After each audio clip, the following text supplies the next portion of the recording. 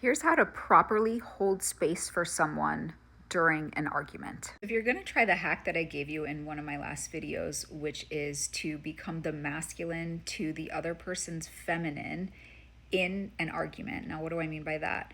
When two people are in an argument, they're both in their feminine energy, which is expression, right? They're both expressing anger or sadness or frustration or whatever, but they're both in the mode of expression, which is feminine energy. So what has to happen is one of those people has to flip to a masculine energy, which is someone who is holding the space, who is not expressing their emotion, but holding the space. And there was a question around holding space. What is holding space? What does that actually mean? Well, it means for a moment, shut off your emotional brain and become a container for the other person emotionally. So let's dig deeper into this. What you need to do is put your feelings aside for a second and allow that person who's across from you, who's frustrated or sad or angry, to let out their feelings and just hold them.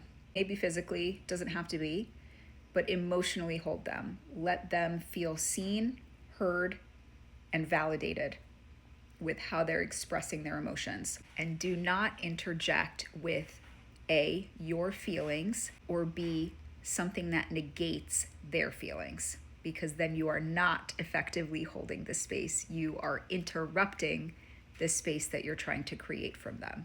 And the whole point of this is for them to empty out their emotions, for the energy to settle, and then you guys can flip. You can start to express your emotions and go to the feminine, and the other person can be the masculine, hold the space for you. Hope that helps. Share this with someone who needs to hear this. My name is Marissa Harba, and I teach you energies you can connect in with yourself and others much deeper. Please like, share, and comment below.